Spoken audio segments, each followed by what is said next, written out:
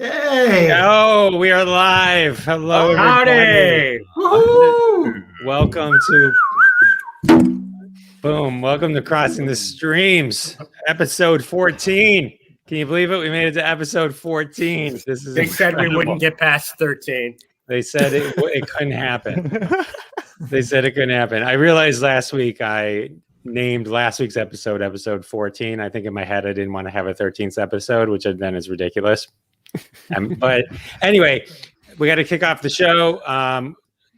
Joel, our guest, who we'll introduce in a few minutes, is going to hit us up with a theme song. Here we go. Hit it. Do it. Me. Here's the story of some lonely fellows who spent way too much time watching TV. All of them have jobs and friends. Well, not really, just between you and me. They made a live show out of their hobby. Every TV watcher's TV watching dream. Jeff and Ron and Sal and Bob, and there's Howard. They call it Crossing Streams. And then one day, I don't know the rhythm, they went live on all the platforms.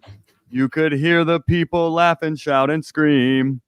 Still can't find another word that rhymes with platform. But man, we crossed the streams. Oh, there's more. We crossed the streams. We crossed the streams. That's the way we do it here. We cross the streams. Whoa. Nice. I like the vibrato. Very good, Joel. Thank you. I was making up for not knowing the rhythm. It's all about flair. If you didn't know the rhythm, I think you fooled everyone.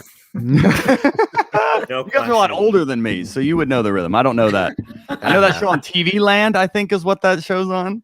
I think it's on Me TV now. It was for people that shave now. Mix in the house. What's up, man? Howdy, Mick. What's up, Mick? Hello, Mick.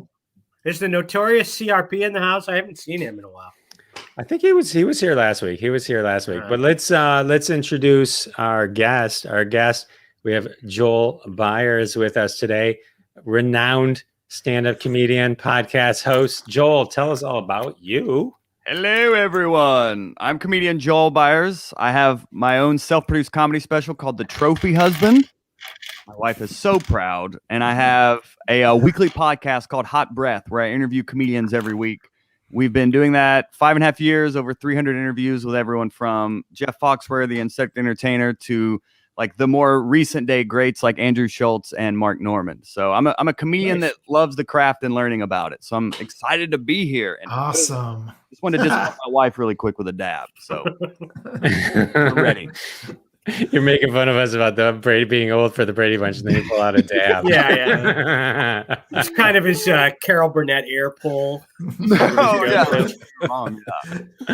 And Zach is back. Zach doesn't get a special attention, but welcome back, Zach. Hi, Zach. Zach is the host of our segment, the Netflix Metrix. We do want to welcome Howard Rosner back to the show. His puppy isn't feeling well, but is all better now. Knock on wood. Yeah, thank you very much. I missed it, guys. I missed you guys. This is perhaps the best part of my week every week. It should be most of our guests and our followers as well, the best part of their week. So. Yes.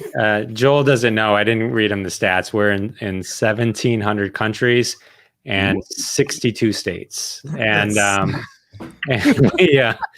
States of Delusion, I guess, is one of those. Yes. Right. We're circling the globe, as we say right now. It's all about the multiverse. Yeah, we're huge. We're huge in many of the Middle Eastern and in Norway. Norway. All right, so we got a great show, everybody. We really do. It's one of the most action-packed shows ever. But if you missed last week's was really great. We talked about When We Were Kings, The Crew, the very funny Kevin James show on Netflix, Southland. Our guest Michael Keefe covered Southland.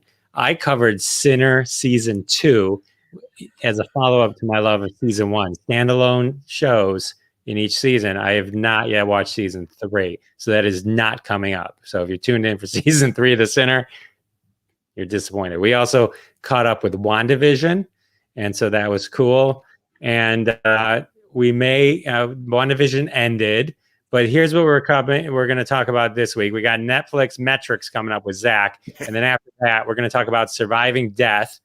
The pick me upper.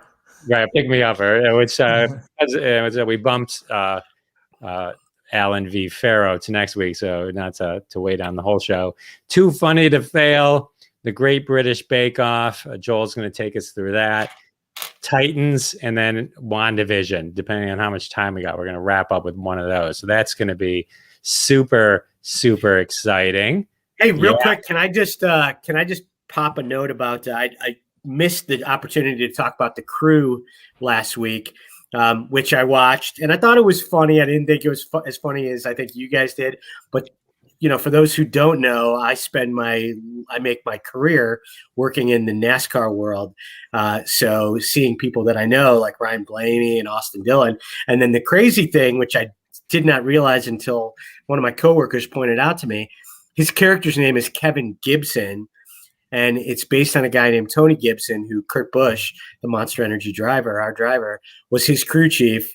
When I first started working on the NASCAR program, and kind of a famous NASCAR crew chief, he consulted on the show, was actually on set for some of it. So it was interesting that I actually had a mild connection to the backstory of it. So it's pretty cool.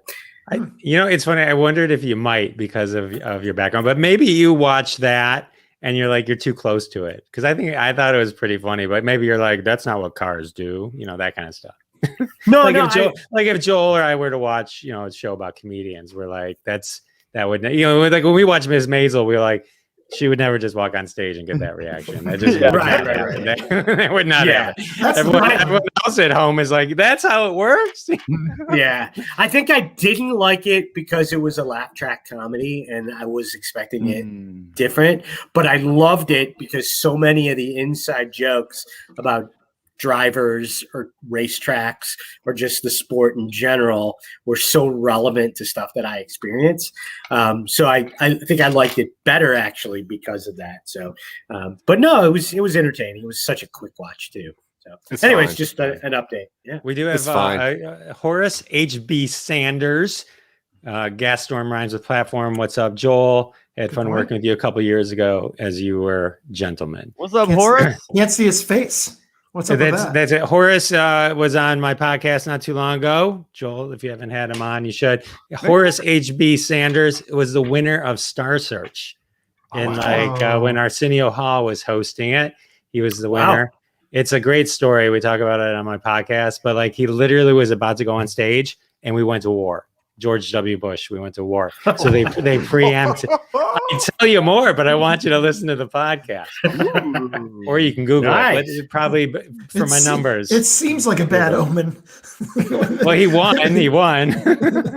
So that was cool. So, all right. Well, hey, very cool. Zach, you ready, man? Zach's quiet. I like. What's the logo on your hat, Zach? It's from a show, Gravity Falls. It's probably the best TV show I've ever watched. It's a cartoon by Alex Hirsch about two twins that grow up in the weird forest of Oregon. Very cool show. I thought it was a duck penis. No, that'd be more, I guess, corkscrewed, but close. Okay. Equally as blue, though. Why do you guys know what duck penises look like? That's the important question. One of those top 10 movies on Netflix was about duck penises, so I had to watch it. Zach knows exactly what I'm talking about, so I am spot on with that. Oh, hey, this is nothing to do about anything, but I have to just say it because it's bothering me. So we get the doorbell rings around 8:39, 8:45, so dark out, right? And I got the ring. This is why you need the ring, okay? It's this guy, just a guy. And you can talk to them through the phone, right? I'm like, hello? He's like, hello? He's like, I'm like, can I help you? And I'm like, because I'm not going to the door, right? He's like, yeah, I'm here for the basement. I'm like, oh, this is how every horror movie starts, right? Like, we're here to fix the basement. I'm like, I mean, could you be more generic? The basement? And it was like, I don't think so. He looks at my address thing, 360. I'm like, no, we did not, nothing with our basement. He's like, and then he leaves, and he was being weird, but I got it on video. I didn't know if I should send it to the the neighborhood watch people, but I didn't want to be that guy. I was like, the people that would go, what is this? And they're like, that's snow. Really? It's the whole lawn is covered in white. What is this? All of a sudden, I woke up and everything was white. It's snow. Are you sure? Yes, you live in the. Anyway, all right. So that was just bothering me as I had to get off. We put the alarm on. I made sure all the doors were deadbolted. So it was kind of stuff. You might want to save that video, Jeff. If I disappear, no, I am. I took a snapshot and everything. I'm just saying, if suddenly I disappear, please, someone. I like that you're getting old enough that your comedy now is turned to these kids are knocking on my door. No, it wasn't a kid. It was no. Off my lawn. It was like 8:39 exactly, and I'm like, why are those kids at my door? It wasn't a kid; it was an adult who clearly get off the shed. Get off the shed. Right in the middle of Double Jeopardy. Oh my God! It's time for the Netflix Metrix with Zach Wiseman. Where we cover Tell everyone what Netflix Metrix is, Zach, and then go into it. It's a new segment on the show. So, like I said last week, I have a weird obsession with Netflix. They just recently put on a new category, which is the top 2 in the US. It is something that they put on in Canada and the UK for a while. It's very recent to us. It's been here for maybe about 2 months, and I don't know why, but once it hit my radar, I cannot stop looking at this thing. So I did a little bit of research, and it turns out that they change this list every single day. I live in Colorado, so they change this list every day about 12:30 p.m. my time. So I have a whole day of just wondering how this stuff was yesterday's most watched stuff.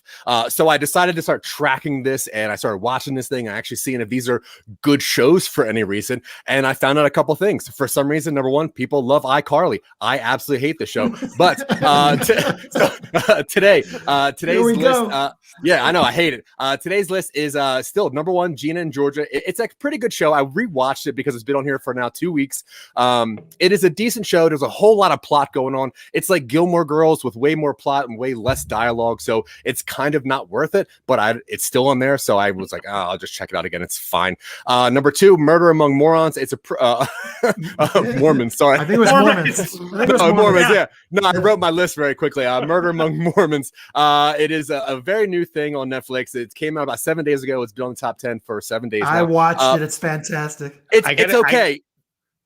No, I was gonna say I watched how you stop on Netflix when you're looking at the menu. You have to be like a shark. You got to keep moving, otherwise it brings up the commercial. You know what I'm saying? Unless you're willing to sit through a commercial and then not move, right? Yeah. Don't no one move. I don't want. I can't see the preview for the Crew or iCarly again. So, but the Mormon one was fascinating. I loved it. Yeah, it was cool. The problem that I have with these Netflix mini series is that it's a very good movie that's about an hour and a half, but they stretch it out to about 3+ hours to make episodes. So you get a lot of redundancy, you get a lot of repetition, and I'm like, yeah, I already saw that before. It's like watching like a CW Riverdale show, but of something very interesting. It is a very, very cool show. It's about these 3 bombings in 1985. Very cool, but once again, it does have that problem with it being a little bit too long. Number 3, oh my God, I don't understand how iCarly is now number 3. More people are watching this thing. This is a 2007 actual garbage fire of a show. It is put on by a guy named Dan Schneider, who is one of the worst human beings possible. In my notes, I wrote down that he's the human embodiment of stepping on someone else's Lego piece in the middle of the night, which is just some absolute BS forced on you for no reason whatsoever. This is a garbage human being. Please do not watch this show. It is not a good show. There's nothing clever about it. There's nothing good about it. I think it just showed up on Netflix Netflix, so people are like, oh my god, I think I might have remembered that. Watch Rugrats. It's a way better show. Yeah. Number 4, Coco Melon. Honestly, like I have watched this now multiple times. I'm never going to be hungover, so I don't think I'll ever understand this cartoon. It's on there 141 days. Whatever. 5, Training Day. I like this movie. It's a fine movie. I think people think it's a better movie than it is. It's fine. It has a boring ending, but Denzel is absolutely gorgeous and perfect in it, and he's the reason to watch it. So please check it out. No, he is. Denzel is absolutely perfect. It was the anti-Denzel. That's why. I have a few things. I have a few comments. I've got a couple comments. And Joel, I know this is your favorite, but jump in. You got anytime you want. Yeah, hit me with it. Yeah. No, but Michelle, I just want to point out, thinks Murder Among Morons would be an amazingly funny show. Yeah, I'm about to write that. That sounds like a Monty Python skit, doesn't it? And then I want to Michelle is also watching iCarly. Fred is here, guys. All hail Fred. Fred's a previous guest. Yes. And Rick like Manhattan wants to know why Howard doesn't know what a duck penis looks like. He knows it. I know. Howard was just playing coy. And then Scott Curtis says hello. I'm working, but Joel is cool and wanted to say that. Thank you. All right. I'm also Thanks, cool, Scott. but that's cool. So Zach, can I just say that the bathtub scene in Training Day is one of the epic scenes in cinema history. Would you not agree with that? It's not even the best bathtub scene I can think of on the top of my head. What lies beneath is a way better bathtub scene. That's a great bathtub I can think of like 3 other. Frank Pentangeli. It's a fine movie. It's a good movie. That's it. It's fine. It has a boring ending. The ending just kind of fizzles. It's a boring movie. But Denzel is perfect in it, and it's worth watching. Don't forget gorgeous. And gorgeous. Yeah, always, almost always, always. I just wanted to point out the irony of making fun of iCarly when the show is literally about a web show. So I mean, the whole idea, it's just funny. She was like the queen. My show is a podcast, not a web show. She was the first. Like, we all owe iCarly everything we are. If we're broadcasting, she was broadcasting live before any of us were even thinking about it. So we owe iCarly a lot. No. So this should be more of an homage. I was making comedic mixtapes when iCarly was on here. iCarly is I'm not owing anything that I've ever done to Dan Schneider, so I don't care. iCarly's trash. iCarly was 2007. Yeah, I didn't get my ass online till 2020. She predated me by 13 years. I should be saying thank you, iCarly, for everything you did to be a trendsetter. I don't exist because I wouldn't exist if it wasn't for iCarly paving the way for web shows and making it okay for people like us to be on the web. iCarly did not pave the way for some old comedian to talk about people knocking at his door. I think you're okay. Doug penis, he said that. All right, moving on. Number 6 is Parker, which is a 2013 Jason Statham action movie, which is another Jason Statham movie. If you like action, this one has fine action. I felt very bad for J-Lo. She has absolutely nothing to do in this. She's the lead of a lot of very great movies. This is a boring movie, and at times it hits fine. The peak of this movie is fine. Most of it is boring. 7, Behind Her Eyes. I've talked about this many times. It's been on for 21 days. It is a dumb movie with a dumb show with a very poop twist. I hope this goes away. 8, Dark Knight. Finally, something great pops up on here. So for 5 days now, I got to watch The Dark Knight, which is 2018's marvel of a DC movie. It is not only the best action movie that I've seen, it is one of the best superhero movies. If you were to take out Batman and put in John McClane, that would be a phenomenal Die Hard movie. That movie's great. Please watch it. Number 9 is 3 seasons of The Good Girls, which is a good show in season 1. Season 2 is fine. Season 3 is kind of lazy and not great. So watch season 1 if you're into that. Number 10 is actually a very, very good movie called Moxie. It just came out this year. It's 7 days old. I actually love this movie. I wasn't expecting a lot. It is a bit cheesy at times. It does hit a feel-good moments, but it has great usage of Amy Poehler. It has great usage usage of Greg Coulson from S.H.I.E.L.D. It has a cool feminist coming of age kind of a feel to it. I liked it a lot, but my partner and my daughter loved it, and that means a lot to me. So I definitely will say, get on there and watch Moxie, and please stop effing watching iCarly. It is not good. So what do you do? How long do you predict iCarly is going to stay top 5? I think forever. I don't know. Somebody mentioned that they're doing like a remake of it, so I think it's getting a little bit of push because it just recently came on Netflix, and there's a remake coming, which doesn't make any sense because obviously there's better shows like Jeff Dwoskin, which I would suggest watching that. But yeah, I don't know, man. This thing kind of hangs out, and I don't get it. I don't get it. Well, because it's her and her sassy best bud Sam, and they've got hilarious banter and great chemistry. And again, they were trendsetters when it came to the web. Think about it. Her brother was a 20-something, so she was what, 13, 14? I mean, like, she was well ahead of her time, Zach.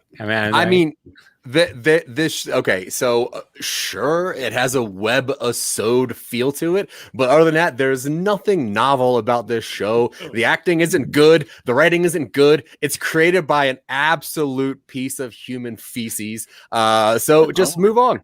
Wow. I don't think you're their demo anyway, Zach. I think if you did get it, it would be creepy. So I think you're on the right track with that. I don't know. There's a lot of things that came out in 2007 that's not geared for me that I'm kind of into. I don't have to be into a guy who's not a good person making shows that are fine. I'm probably never going to be into that. I will say, after doing some digging, I did find one negative comment on iCarly. One. And the internet's pretty big, from what I can gather. Look up Dan Schneider. Look up Dan Schneider and tell me you want to invest any time into this man. Well, let me just say, in some episodes of iCarly, to take your side, the crew is broadcasting the web show live from places that don't have internet connections on the show. So, in that sense, the improbability of this show is maybe she wasn't a trendsetter. Maybe she was faking it. Maybe you're right this whole time, and we're doing I'm gonna do some research. I'm gonna find 5 more shows that are about web series way before iCarly. So that's will be my defense for that for that fight. All right. Well, I think we've made the world a better place. I think with this week's Netflix. So let's do a big that's been the Netflix Metrix with Zach Wiseman. Thank you. And for those listening, that was not professionally re-recorded. I did it live. No, I asked them to not do that. We'll fix it in post. All right, guys, this is exciting. We're gonna move from iCarly to the show that everyone's been tuning in to hear about, Surviving Death, which is something I think we all try to do every day. But tell us what this particular show is. Yeah. Ron, real quick, it's taken about 14 episodes and the 10, 15, 16 years I've known you. Ron has a bit of a dark side. I have a bit of a streak under the surface here. Yeah, you do. Listen, surviving death comes in all kinds of forms. It could come in Jeff not being dead in his basement tomorrow. It could be in people starting to watch a different show than iCarly. Let me just tell you about Surviving Death. I'm glad we're starting with this show because this is a real pick-me-upper of a show, and hopefully we can build a momentum from this show. So this was directed by Ricky Stern. Do you guys know who Ricky Stern is? No. So I went to Hebrew school. I think did he help create iCarly? She is a super highly regarded documentarian. She created actually 2 of my very favorite documentaries ever. The first was an ESPN documentary called Knuckleball, about the careers of Tim Wakefield and R.A. Dickey, which I don't know if you guys are into baseball or not, but was a super interesting documentary I thought was really cool. And then the second, closer to home for you guys, was she also directed the Joan Rivers documentary, A Piece of Work, which was released a couple of years before her death and was a pretty fascinating account of Joan Rivers' life. which is its own amazing story if you guys are into the whole Joan Rivers thing. But now she creates Surviving Death, and obviously taking a pretty far left turn on her interest in documentaries. It follows the lives of a bunch of people who've either had near-death experiences themselves or people who have come in contact with unexplainable events, which can only lead people to the conclusion that there might be life beyond death. So this is on Netflix. It's a 6-part series. Sorry it didn't make it into your Netflix Metrix, Zach, but hopefully there's still time. 6-part series. It's split into 5 different topics, and each episode's roughly 50 minutes. And I don't know, man, if you're like me, I've been fascinated by the idea of life after death for forever. I think a lot of people are. I think it's just one of those things that you just kind of think about. You don't want to delve too much into it because it's obviously depressing, but I always thought it was a super interesting topic. And for me, it was never about like a religious exercise. It was more around like the whole idea of the science of it, like metaphysics and science of what I think at some point in our lives, perhaps they'll be able to prove scientifically with actual math and data that there is something beyond death. And so my hope going into this show was that it was in fact going to be a fact-based, data-driven expose on death and what happens when we die. But sadly, Zach would love this show. The reality of this documentary is that it's more about the occult and mediums and the suggestion that ESPN physics and psychics rather, and other sensitive people that can speak to people on the other side. And okay, I don't necessarily rule that out as a possibility, but I just would say the first few episodes don't do much to help skeptics like myself. I'll just say that in a nice way, since I literally don't believe a word any of these people freaking say. But I will just say later in the documentary, they do get to science and they do get to data, and super interestingly, a couple of like really fascinating kids, like little children who can recall like amazing details of lives that they supposedly lived 50 or 100 years ago. And this part is harder to dismiss because there's a lot of data to it, and 3-year-olds usually can't act. So it's harder to dismiss immediately.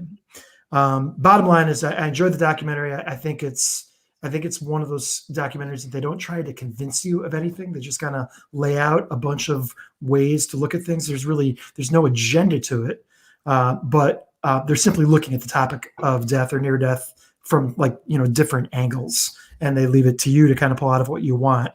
I will say there's a few interviews towards the end of this with very frail elderly people in nursing homes who speak about what they see in the last days of their lives, and it's pretty compelling stuff. It's pretty cool. Since my personal opinion is I don't think they give a rip what any of us think, and they're not actors.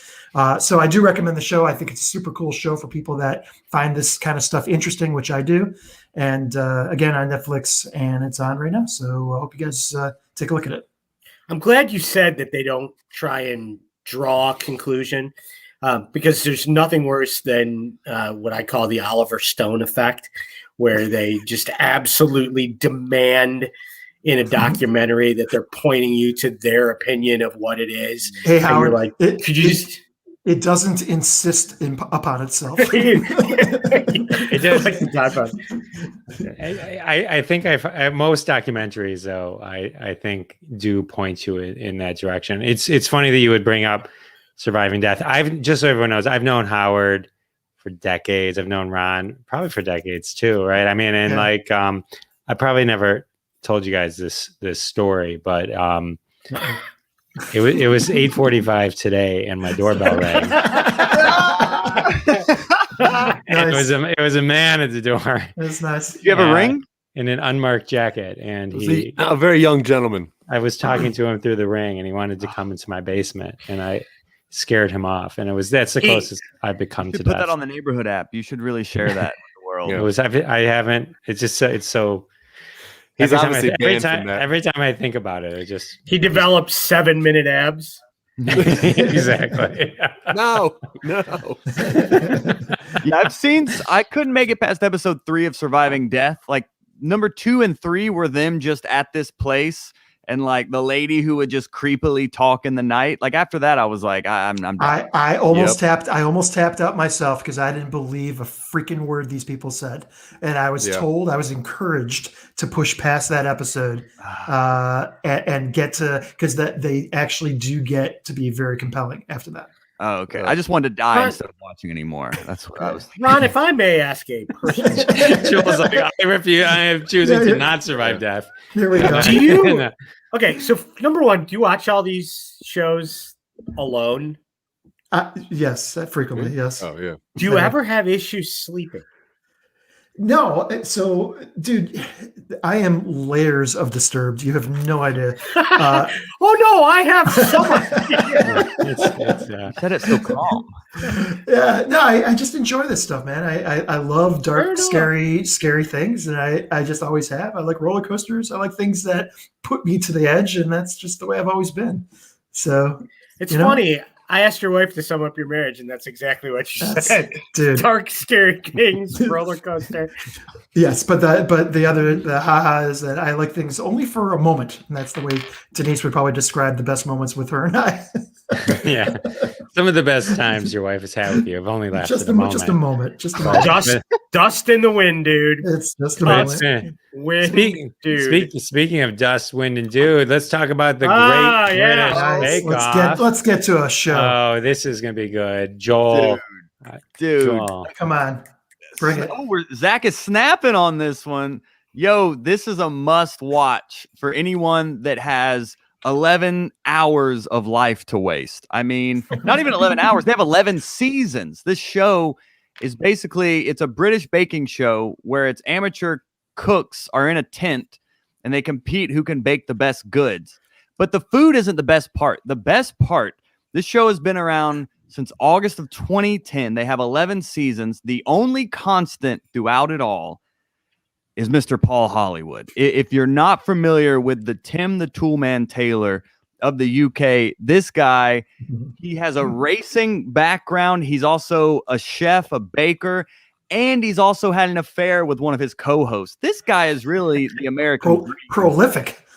I mean, he's touched all the bases. He really hit the grand slam in life. But this show is just so amazing, not only to watch the food, but just to see Paul Hollywood flirt while also insulting people's food at the same time. You know, that's a bit dry, but I bet I could make it wet. You know, things like that. And that was an Australian accent, so I don't know what was going on there. But you've got a real future in voice. Go ahead. You guys these impressions. They sound like they're real.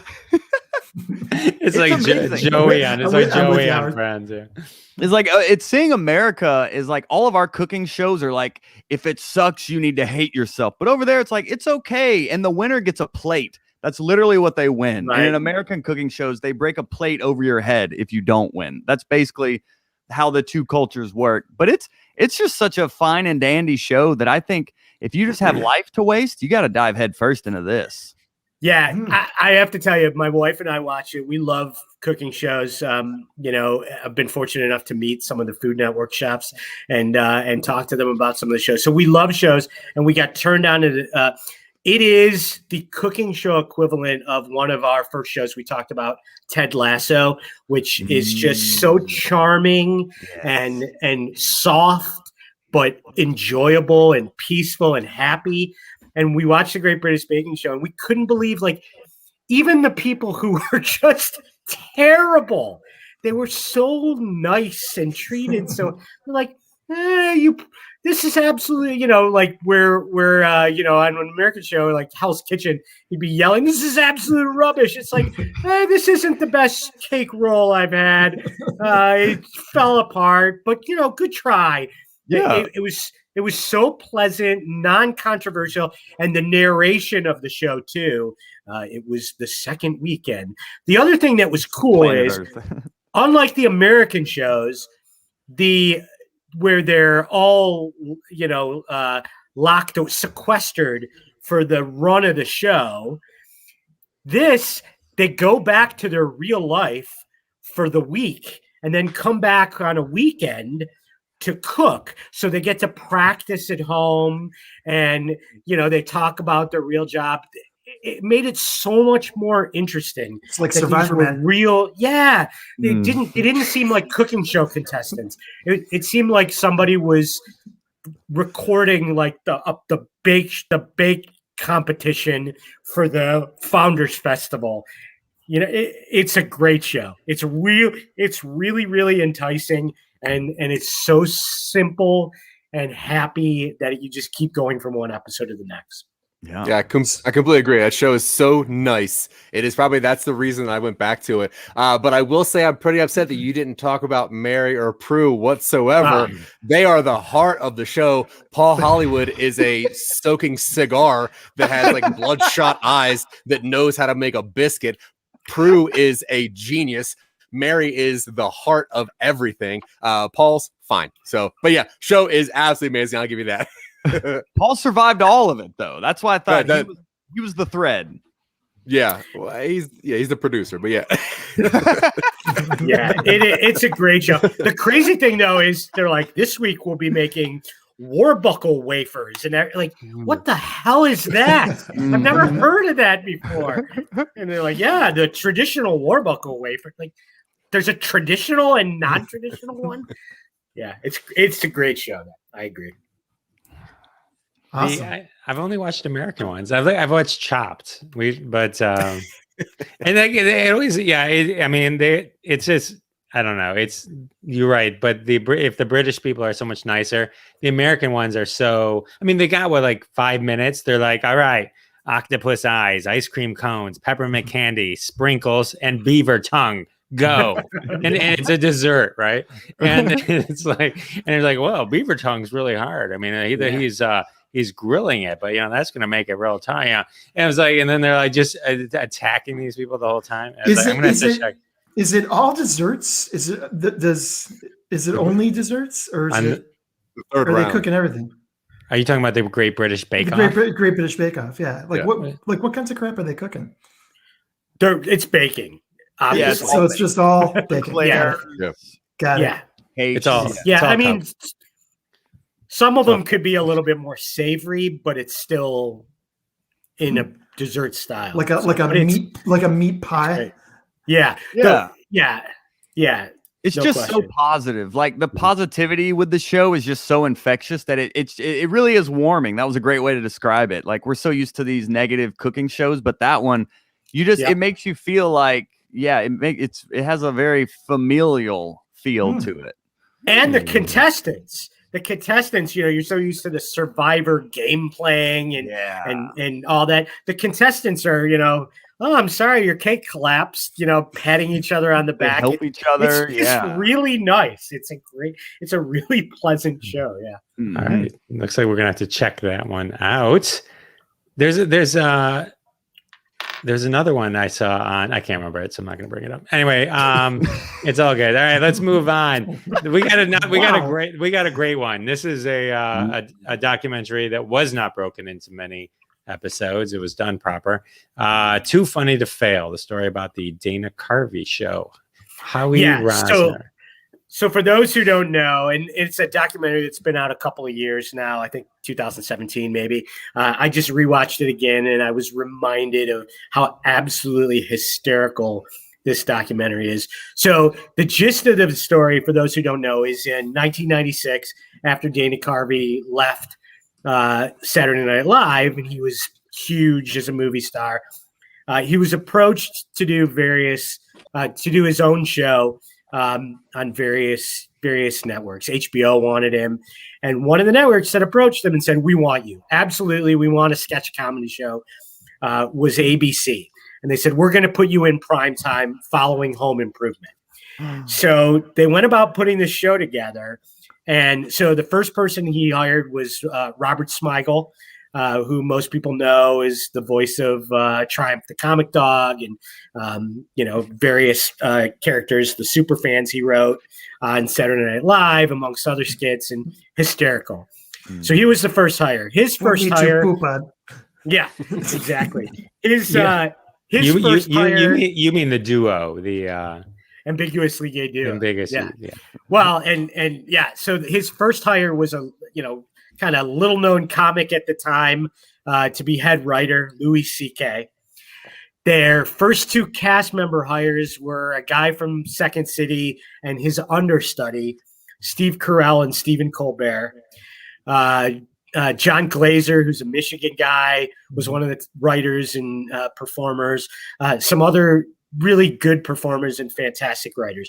So they put the show together and they went about creating a show that was insane. The skits were insane.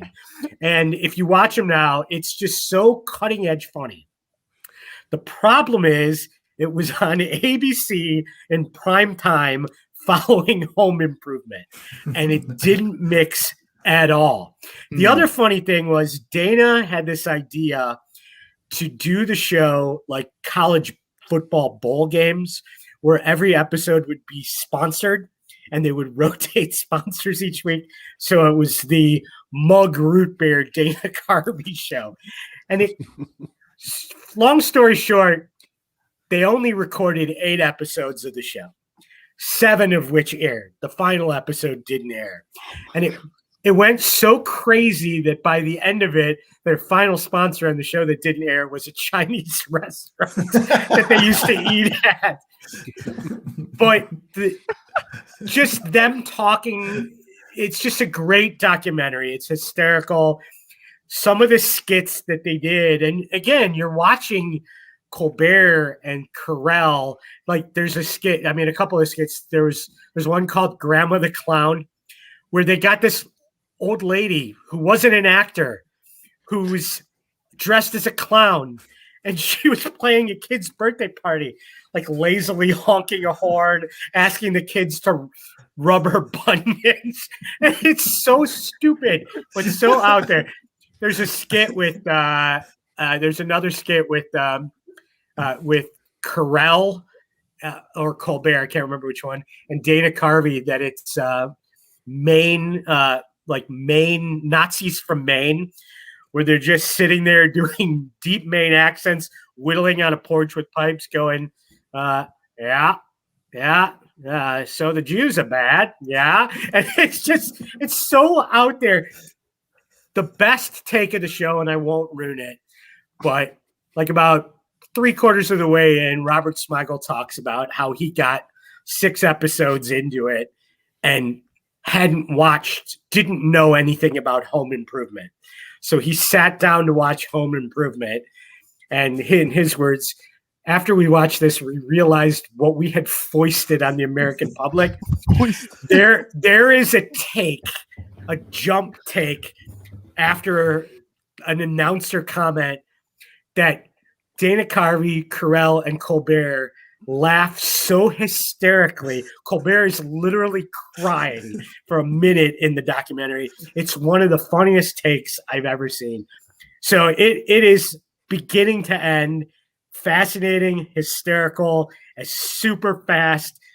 Doesn't draw any conclusions other than the show was crazy. So then So Howard, what was ABC thinking putting this on after Home Improvement? Like, why didn't they put this on late night, competing with a SNL or something like that? I think they didn't know what they were getting. They thought they were getting Church Lady. They talk about that. They thought they were getting Church Lady. They thought they were getting Dana Carvey impressions. And the first skit in the first show is Bill Clinton breastfeeding. but not just breastfeeding. He had like 8 teats. And he 8 was teats. He's breastfeeding kittens and puppies. The gist of the skit was Hillary's away, so he's got to be not only the father but the mother to the country. I am absolutely watching working teats. I am absolutely watching and a this. duck's ass for some reason. Yeah, it's not crazy. Good. But the interesting thing is the ambiguously gay duo, which most people just think was from Saturday Night Live, actually is from this show.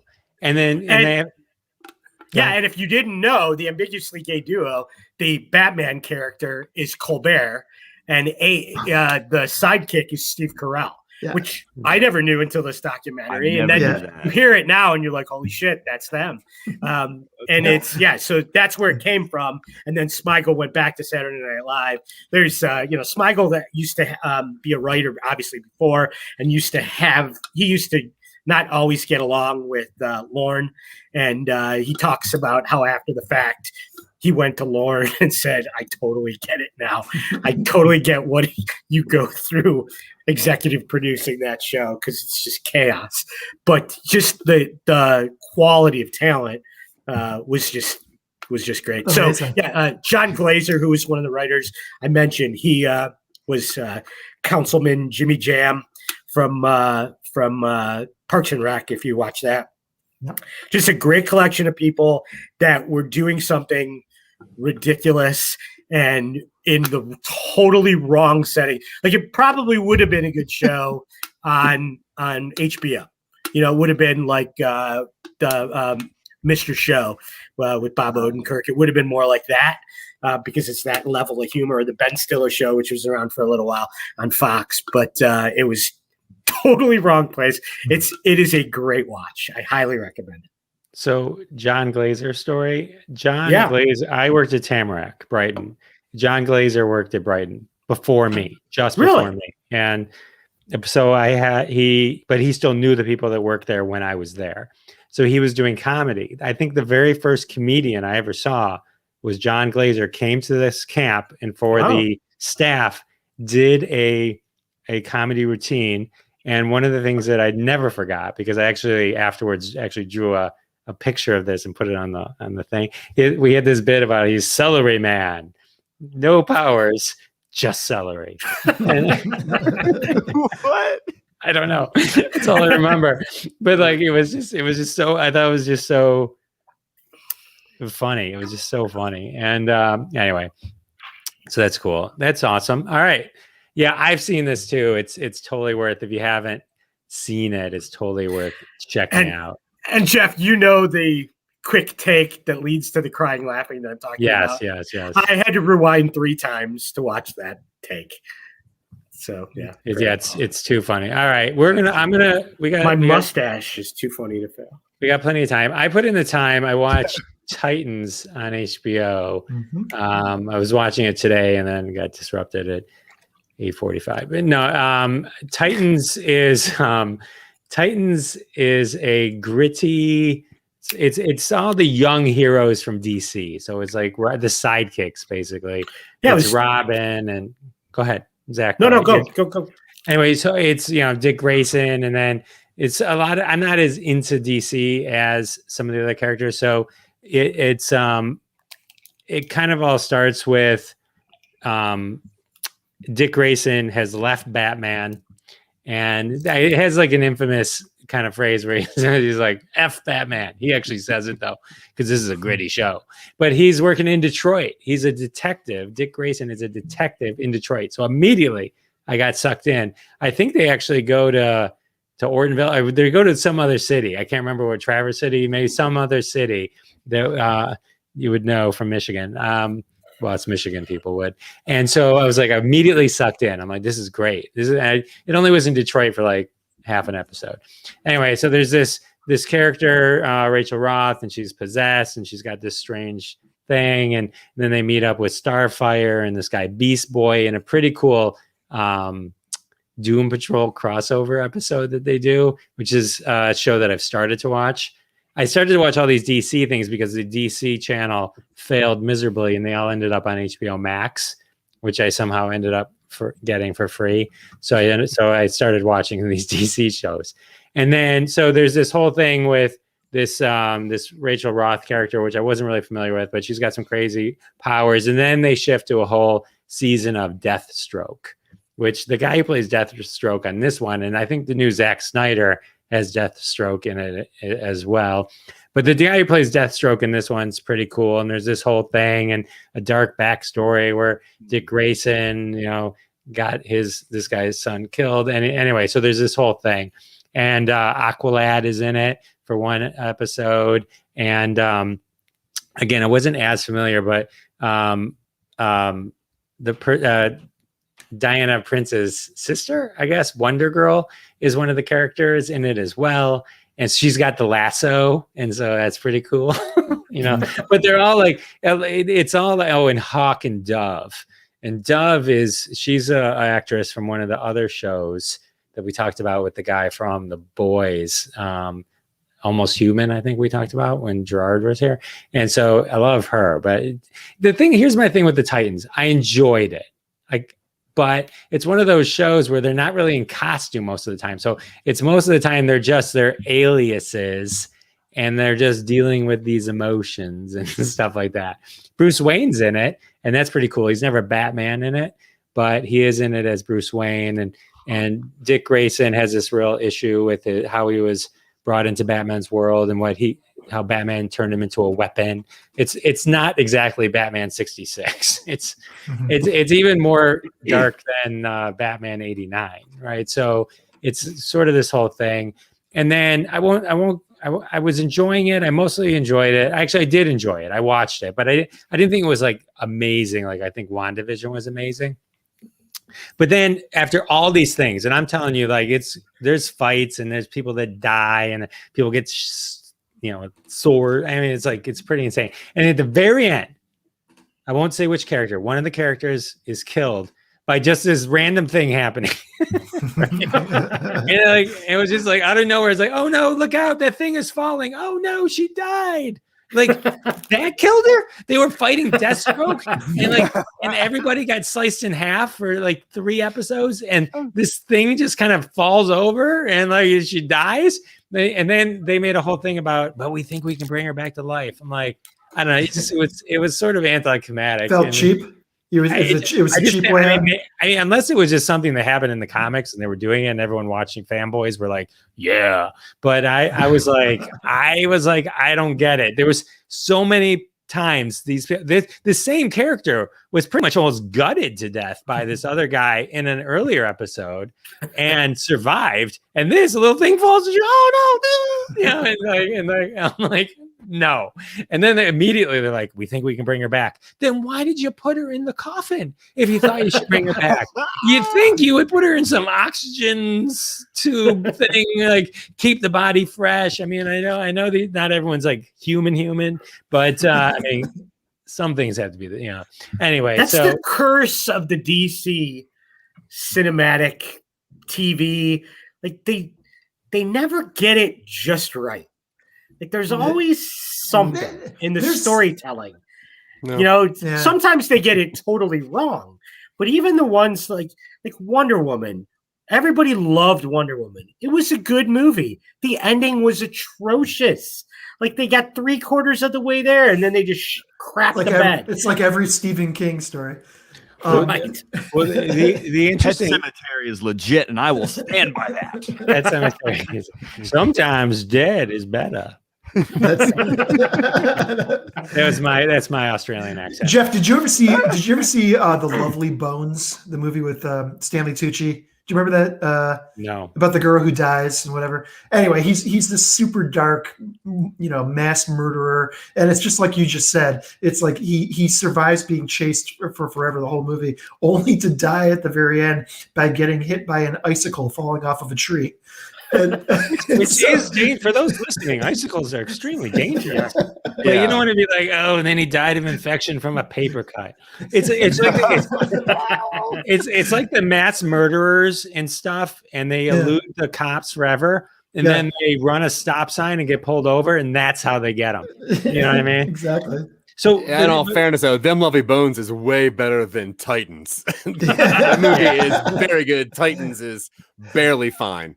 And also Doom Patrol is very, very good. And it is also fairly representation of the comics. So watch Doom Patrol. And that crossover is very weird because not all the same actors / characters are in the right show. So that one's dumb. But watch Doom Patrol. Titans is okay. I just got bitch slapped by that. Like, barely fine. But no, I agree with that. Titans, just to be fair, Titans was a show that I watched without my wife when I have a moment to watch a show without my wife. Does you know what I mean? You know how you have those moments where the person you watch the show with is doing something else, so you have the show that you watch that it's okay for you to watch by yourself. That to me, that was Titans for me. And you know, it was Jason Todd was kind of a snot. You know, not like creepy at all. Robin too. No, you know what I mean. Stop it. But the thing with Wonder Woman, Robin or Howard, that I heard is that they made her Patty Jenkins do that crappy ending, and that was not the original ending where he starts battling the guy from Harry Potter, who was completely miscast, I think, with that.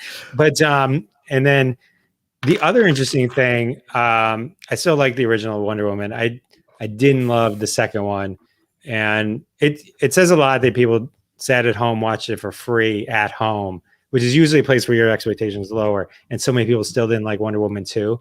But the interesting thing, I need to watch it again. But the interesting thing to me about Wonder Woman 2, when I was just reading this, is they were comparing it to WandaVision, and they were pointing out that both, like last week's episode, you can go listen to Zach talked in depth about how WandaVision deals tremendously with Wanda's grief. And the Wonder Woman 2 movie technically deals with the same issues. It's her grief and her loss. I mean, the difference is Wanda, it's 2 weeks later, and Diana Prince hasn't moved on for 70 years. But but I mean, I'm not judging. I'm not here to judge. No. People process grief in different ways. Why is everybody always upset with Wonder Woman being upset about a guy? Bruce Wayne lost his parents 30 years ago and cannot get over that. And he was a child in the back of a movie theater, but can never get over that. And people are cool with Batman being grieving and dark because he lost people. But if Wonder Woman loses somebody and she's upset about it for 70 years, it's like, come on, girl, get in there and just smile about it and get over it. No, it's the goddamn patriarchy. That's what it is. Yeah. I don't have a problem with her being upset. I just all right. When you talk about man, her first man was great. Chris Pine is a gorgeous human being. I would never get over him either. I don't care about that. No, maybe if you're if you're just maybe a normal person and you land Chris Pine, then you pine for him. I didn't mean to use that word twice. And but I mean, but if you're Diana, if you're Gal Gadot, and you're like, I can get me a Chris Pine and times 2 Chris Pine anytime. I'm Gal Gadot. You know what I mean? Like, I think she could have. Hey, just as we wrap up here, speaking of streaming in general, I want to give a shout out to my wife, who I think I mentioned this on an earlier show. When she was down for a week or so with back injuries, she streamed the entirety of Game of Thrones in 12 days. And just with the issues with our dog the last couple of weeks, she did Boardwalk Empire in under a week. That's impressive streaming. That's stamina. She's been emailing me trying to get your spot on the show. I mean, just so you know. That's fine. She streams more than I do. All right, Joel. I want to thank Joel for joining us today. Thank you very much. Nice, man. Joel, say goodbye. Tell everyone about your podcast one more time. Thank you. Yes, Hot Breath Podcast. It's a comedy podcast with over 300 interviews with comics, available on YouTube and wherever you listen to podcasts. And I have a comedy special called The Trophy Husband, available on my website, joelbyerscomedy.com. Amazing. Zach, tell everyone, say goodnight. Tell everyone about your stuff. Jeez, I got a lot of stuff. You can go to somenobodies.com and see all the weird stuff I'm working with. We do a show on Mondays called The Real Boys, where we review our friends' favorite shows and make fun of them. You can see me on Sundays on my show Talking Upstream, where I interview creators, and then together we create something. Jeff Dwoskin was on that show before. We created a very, very cool movie that we are working on writing the script for right now. You can also see a live version of that called Twitching Upstream, where me and my co-writer Dylan, we do the same thing live with anyone, just throws comments in there and we write it into the movie.